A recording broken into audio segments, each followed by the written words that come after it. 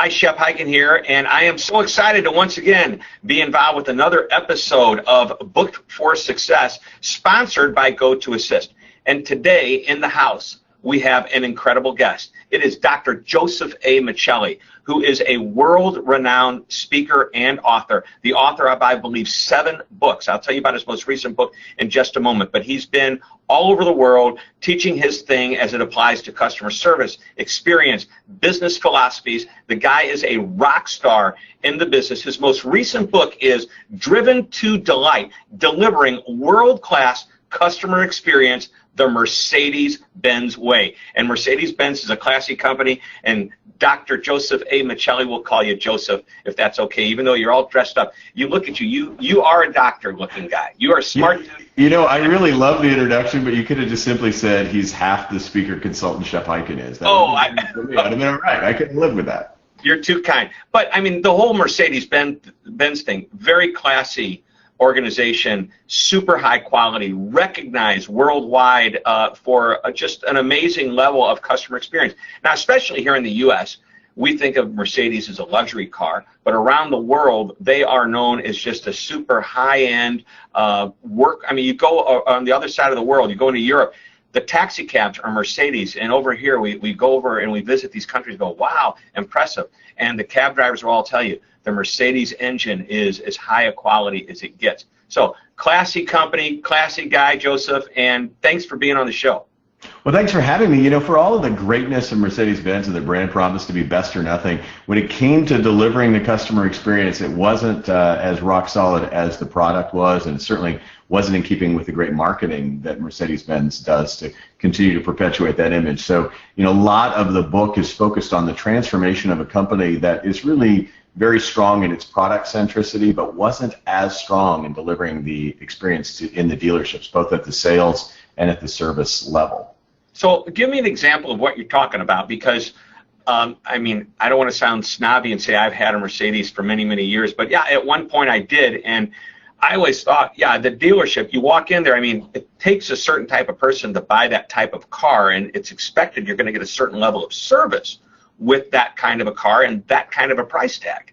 Well, you know, over the course of my career, Shep, I've now written 7 business books about all kinds of different companies, all of which are customer experience leaders. Many of them were born to do that. I mean, wrote about Zappos, their call center environment, their customer loyalty team, as they call them, was born to engage customers. It was designed for that purpose. The whole Mercedes-Benz brand was born to create innovation in automotive and not necessarily born to wow or delight customers. And when you compare that to, say, a competitor like Lexus, which was truly born of the Toyota dealerships to elevate the customer experience, they handpicked the dealers. They required those dealers to sign a customer manifesto. It was a very different lineage. So Mercedes had to turn a brand that was very product-centric and say, hey, you know, you got great product and all, but someday or another, if you don't pay attention to the customer, those customers are going to churn to a close enough competitor on the product space. And that's what really woke them up. And mid-range JD Power satisfaction ranking certainly was a contributor to trying to move the needle.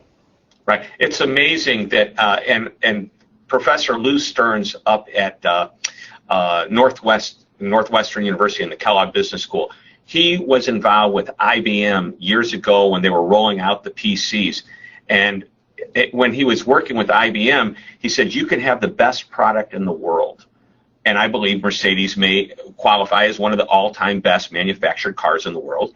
If you do not have the service to support that product, somebody might leave to find something, and you just said it, pretty close, maybe not necessarily the best, if they can get that service.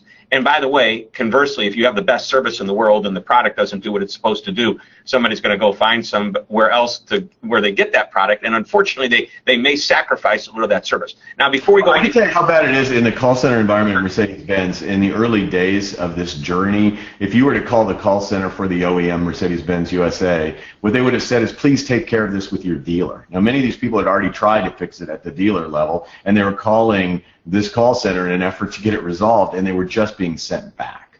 So wow, yeah. Clearly that was the kind of disconnect that you were having. So to empower the people at the contact center to be able to resolve problems, to give them some tools so that they could empathize and add value and delight customers, that was really all part and parcel to the journey. And I'll tell you what else concerns me about what you just said is I think Mercedes recognized that all of a sudden you had BMW just, on the heels. You had Audi, which is strong. And then you also had those, what I would call, and they're not really boutique-y, but you've got your Porsches and then to an even smaller end Maseratis, people that are supposedly creating performance vehicles, which I think Mercedes puts out an amazing array of standard type vehicles at a very high level, but they also have, their performance vehicles, their AMGs and that type of thing. And I think that, you've got competition now.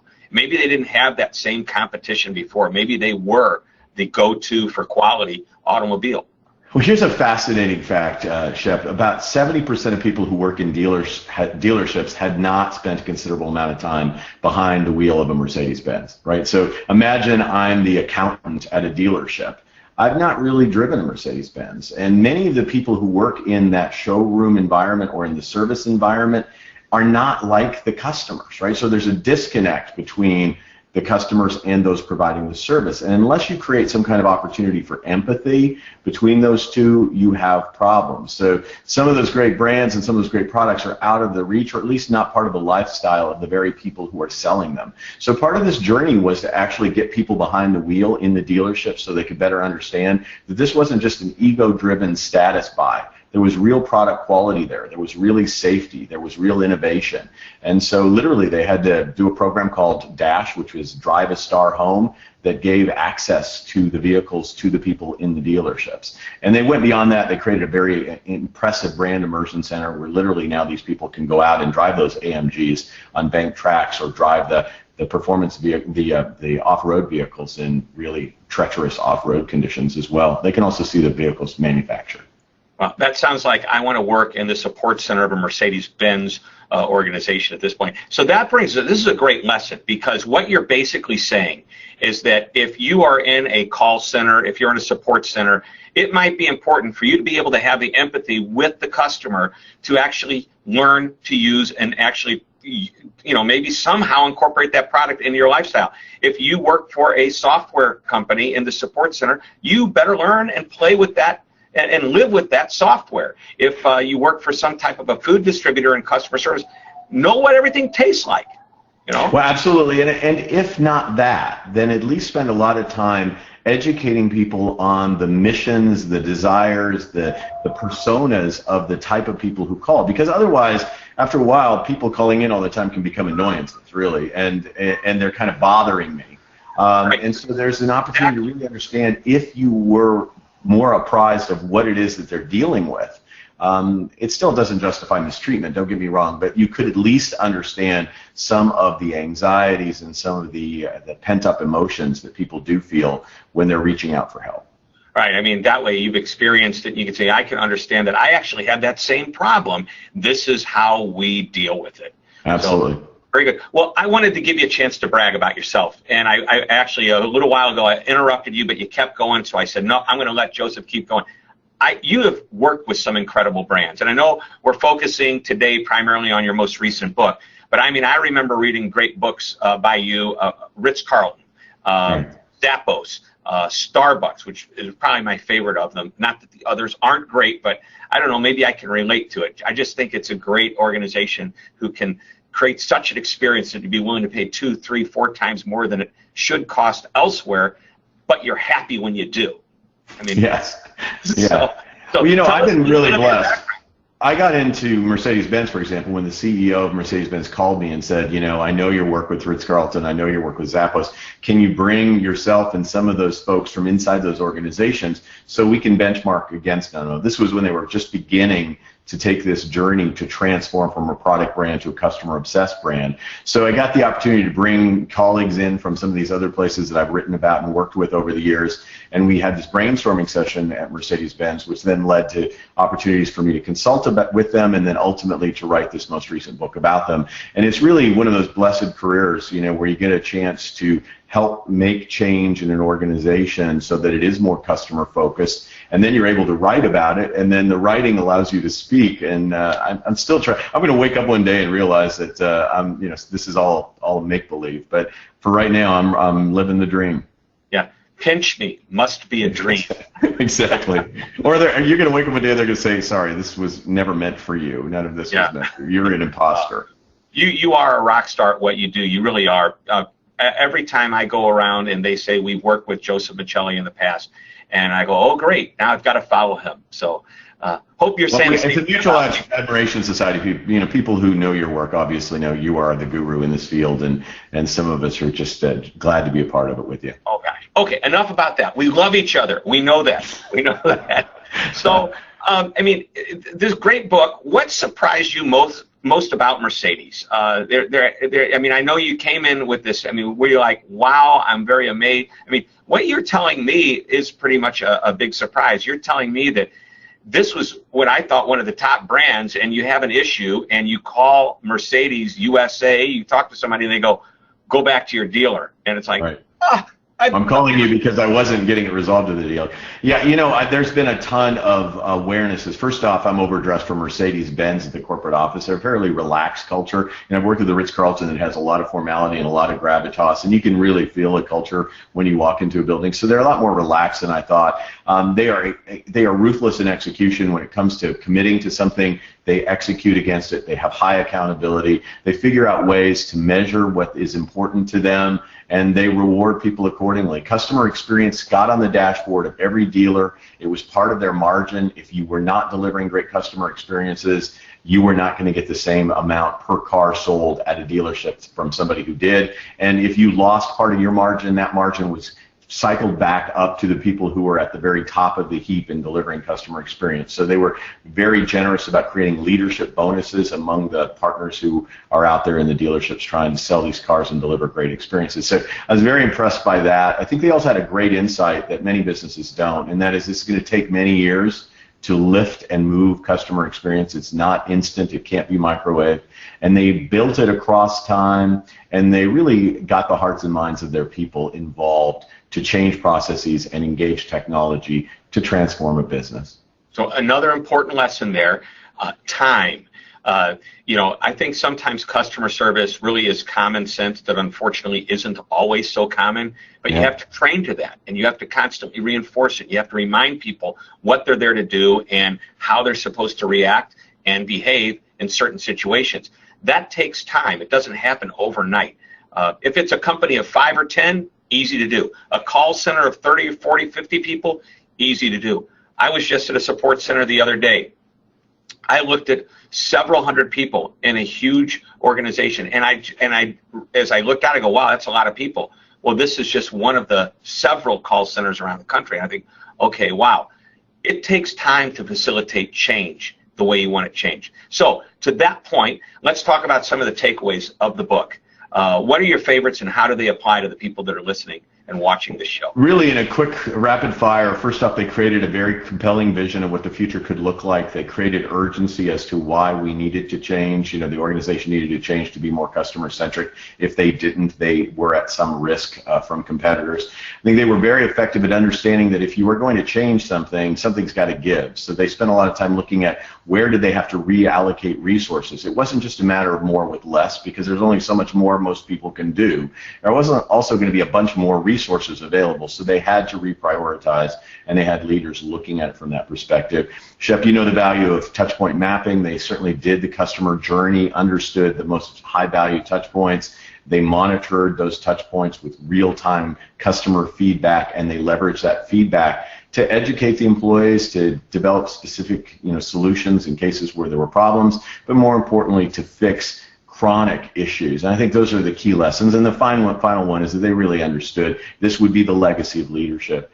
In an organization, there's only a couple things you're going to be remembered for in the context of your leadership history, and they wanted it to be that they were the ones who put a stake in the ground, said customer experience will be our legacy, and they dedicated the primacy of their resources and their leadership focus to make that happen. Great. We're going to come back to your whole touch point and vision thing in a minute, but competitors, they decided to put a stake in the ground to do this, and what they had to do is transform from, obviously not worst to first, but somewhere in the middle. As you mentioned, the J.D. Power ratings put them in the middle class compared to some of the others, probably a Lexus type. Lexus starts with the service in mind, starts with the customer in mind, builds the car, high standards, but make sure that every touch point that customer has is different. Mercedes has got to make this transformation. How do you compete against that?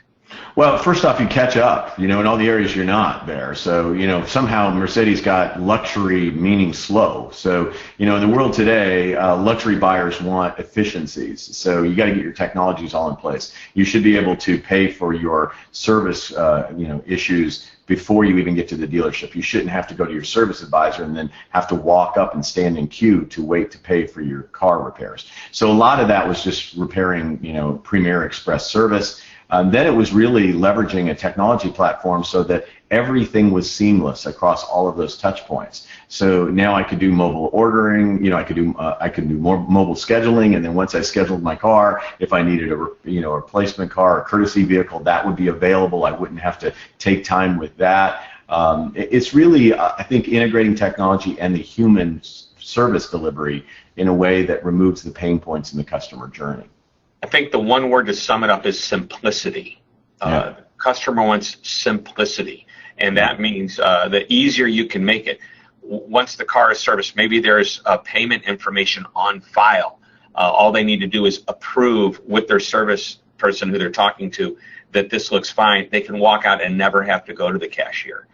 Yeah, and I think, working with brands like Starbucks, which you mentioned before, it really has made me fully appreciate that you've got to be thinking ahead of what even the customer knows they need and make their life easier for them.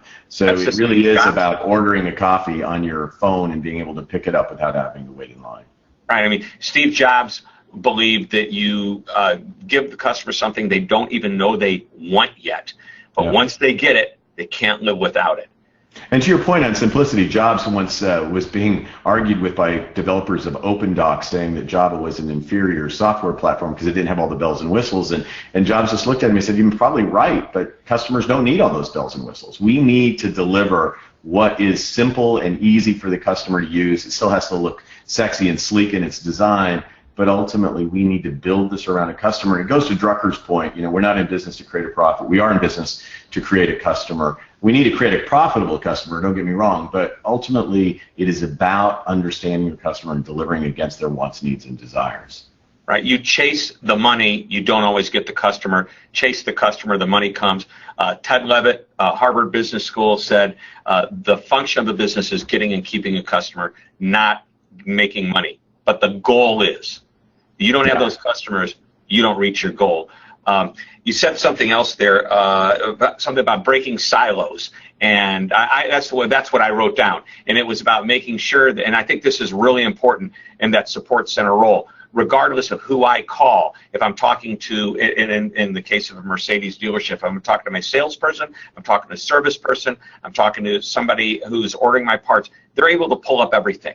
It's right there. They should know my history when I call in. Just as if I call in to a call center or support center and I'm communicating him in any form whatsoever, they should be able to recognize, hey, this guy just 3 days ago he connected with us.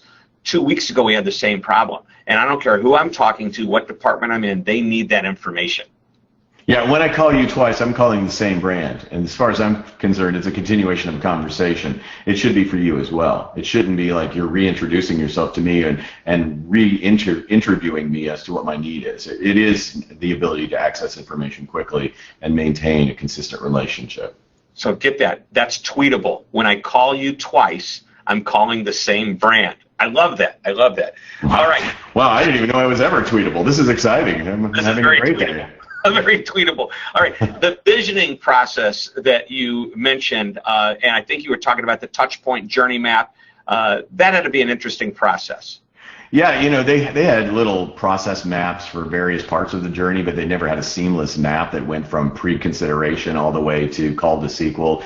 And so they were missing opportunities. What was the right time to re-engage a customer before their lease ran out to get them back into a sales cycle at an optimal time? There's just so much that was missing in mapping that journey. And so they had to bring in a big old war room, butcher block paper up everywhere, and they looked at the wants, needs, and desires, the mission of the customer, the pain points, what the customer was thinking and feeling at every one of those touch points, and ultimately developed it in a very detailed way, one that was used by leadership for allocation deployment, and then they simplified it so that everyone in the organization could say, okay, there's 4 phases to the sales cycle. There's 4 phases to the service cycle. Where do I fit in, and how can I contribute and add value in these 4 phases that I affect in one way or another, directly or through another person? So I think it's important that everyone in the company, and especially the people on the front line that are supporting their customers, clients, guests, whatever you want to call them, I think every one of them needs to understand this touch point journey map. And a lot of times, so many of these journey maps or vision, I believe you call it visioneering process. Is that what you call it? Or visioning process? Yeah. You're looking at the front line. You're looking at what that experience is from the customer standpoint. And the reality of it is there's so much more happening behind the scenes. And everybody needs to know their part on this. And I really think, especially for people in a support center role, they're dealing with a customer on the front line, but they're probably that customer, if they're calling in and they need, and I'm not going to just say complaints, because support is support. They may need help. They may have a basic question. They may have a concern. They may just want to know why something is the way it is. What's happening behind the scenes, those are impact points. And I believe it's really important that that front liner, the support center person, knows what's going on behind the scenes to better understand what that customer is feeling, which goes to your point, especially in the Mercedes dealerships, that these people who work there should at least be driving these cars home and on the weekend and trying them out and experiencing what's going on.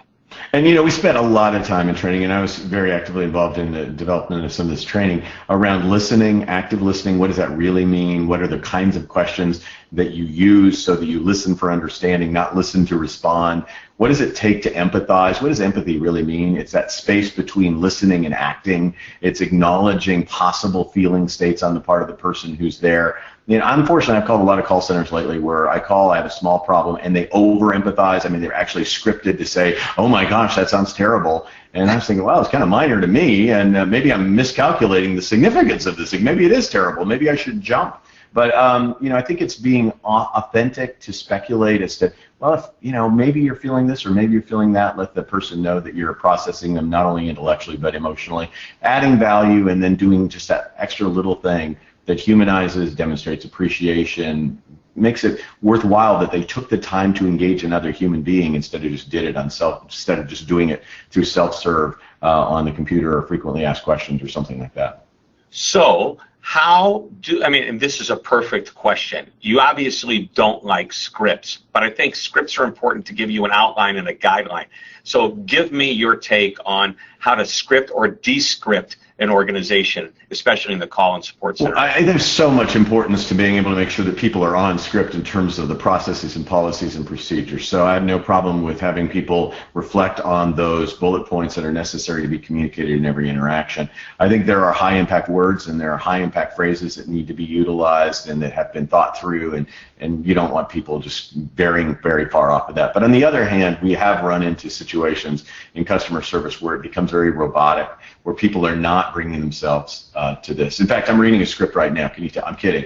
I think that it's important for us to infuse it with ourselves, to bring ourselves to work. And, I've worked in brands like Zappos where they've been very effective at making sure that we, create personal emotional connections at the beginning of a call, that peck, if you will, and then after getting the personal emotional connection, making sure that all the policies and procedures have been there, and also making sure that rapport and a value add was given at the end to build an emotional connection further at the end of the call and delight the customer. To me, that is the methodology. I think it does require lots of auditing and all of that. But I think if you have people just reading truly from the screen, right, you run the risk of having people on the other end just wishing they hadn't called. So I know you just talked about Zappos, which may be, I know they're a rock star in the business. It's probably an overused example, but gosh darn it, we love them. We can't do without them. So let's talk about the Zappos call center and support center. They've taken really, they've raised the benchmark for customer service for many companies. Well, yeah, and I worked with him for a long time and wrote a book about him, and Tony was kind enough to do the forward in the book. I mean, I think there's a lot of people who've talked about them who've probably never even done more than have a tour of their call center. So, I mean, part of it is lore that's been built without a lot of information. I can tell you at the end of the day with Zappos, it comes down to the fact that they really hire well, they enculturate well on what is expected around delivering wow through service. And I think beyond that, they have figured out a way to inspire people to bring the best of themselves to a call while also making sure that the call information is accurate and reflects the policies and procedures of the brand. Okay, so the first and foremost thing you mentioned, they hired the right people. And I love the word you used, they encultured them. I got to look that up. That's a great word. It's probably just made up, Shep, so if you look it up and it's not there, I think didn't you've say invented this word. You even cultured somebody, brought them into... Enculturated, I think, is the actual word. But that's I love it. But seriously, Zappos does a great job, but the training that they put people through and the culture that they have created that encourages them, and again, I mentioned guilty as charged. Yes, I've taken the tour of the call center, toured the offices, read the books, read your book, by the way, which another great book. I mean, this is your 7th book, the Mercedes book. Is that right? Yep, that's right. I'm going to get it right sooner or later if I keep no, it's not about that. It's not about. I think that what you do is you bring to light, and if you read the books, you'll see some commonality between them. However, and I've read the Mercedes, or I'm sorry, I haven't read the Mercedes. I've read the Zappos book, the Ritz-Carlton book, the Starbucks book. You find commonalities, which is really important because, if you go to Wharton Business School and you come out, you can pretty much go and look at anybody's spreadsheet, any type of business, and make suggestions because you become very well versed in business. You're an expert at what you do in the whole customer experience, customer service world. And you find these commonalities between these great companies, and you then teach the rest of the world how to deliver it. Yeah, I think the Mercedes book is a bit different too, which is exciting for me because I do a lot of business principle books. The Mercedes-Benz book is one where are they going to make it or are they not going to make it? This is a great, proud brand, but they don't have a lot of track record in this space of customer experience. And are they going to be able to apply these principles over a multi-year, field and actually achieve their goals? And they do. So I guess I'm giving away the spoiler alert at the end. But I think if they hadn't, it probably wouldn't have been worth the book, right? Except for here's how Mercedes failed to achieve their objectives and what you can learn from their failures. But I think there's plenty in this book that's different in that it's requiring us to think about how do you turn a brand that may be focused predominantly on product or just traditional service, get it right, make it right service, but not the overall delighting experience that's necessary in the marketplace today. Love it. So that may be the difference between this book and the others, because the other brands that you've written about were rock star customer service superstars to start with. Yes. Mercedes is recognized for quality of the product, but if you dig deep, it's all about the transformation. And I'll bet there's many organizations that would like to take what they have to another level. Maybe they need to turn it around, or maybe they just need to bump it up a notch. So there is a lot to take out of this book. So as we start to wrap up here, give us if there's one thing that you can think of that you'd love for people to take away from this book that would just really make a difference in their business, what would that be? I think you have to know what you want your customers to feel. And as leaders, we have to say, this is what we want to be known for. When people call us, we want them to tweet about us by saying the following. And if we don't know what that is as leaders, how in the world can we help our people make sure that that's what the throughput is of their interaction? So I think you have to start with an understanding of not just what do we want to do during this call, but how do we want people to feel, and what do we want them to say about us? And we can't be all things to all people, so we better target a few things. In your example earlier, maybe we want them to say, wow, that was easy. That's kind of the Staples line, right? That was easy. If that's what we want to claim, then let's make sure that we teach our people, above all else, go out of your way, err on the side of making it easy for the customer. Maybe we want to be the nurturing brand. In that case, go out of your way to make sure that you're emotionally present with the customer. Maybe we want to be the smart brand, the really intellectual, aware brand. So in that case, maybe we want to teach our customers and make sure that they're transformed in what they know coming into the call versus what they know leaving the call. So it's really important, I think, to start there. And once you figure out your destination, then you can build your processes accordingly. Wow. Well said. Well said. Well, the book is called Driven to Delight, Delivering World-Class Customer Experience the Mercedes Way. Yeah, hold it up. There it is. There it is. Still here. There it is. Go to Amazon. Last copy, by the way. The last copy. I'm kidding. Get it today. Dr. Joseph A. Michelli. Awesome guy. Joseph, thanks for being on the show. Love it. Thanks to our good friends at Go to Assist for producing and sponsoring the show. And thanks, everybody, for watching Booked for Success. We'll see you on the next show.